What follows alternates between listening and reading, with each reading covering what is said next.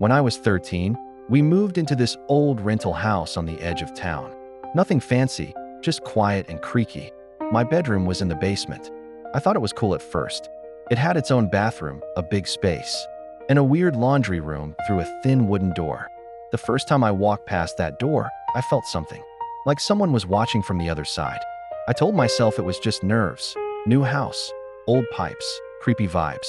The door didn't have a lock, just a loose knob and a crack wide enough to peek through if you really wanted to. I never did. One night, the dryer started making noises, like a thud thud thud every few minutes. I figured it was unbalanced or something left inside. Around midnight, I finally got annoyed enough to check it out. When I opened the door, the noise stopped instantly. The room was freezing, even though the dryer had been running.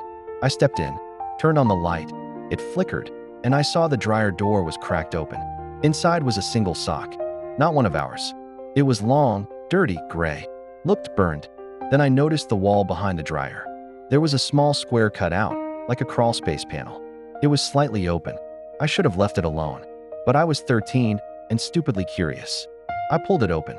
Behind the panel was a pitch-black crawlspace, just barely big enough for someone to squeeze through.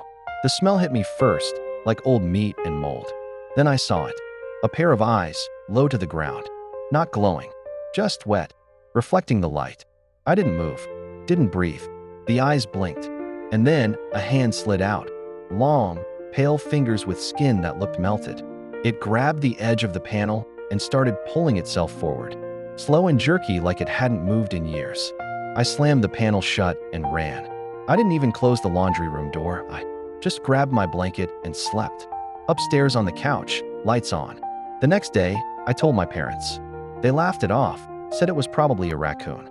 But when my dad went to check, the crawlspace panel was sealed shut, like screwed into the wall.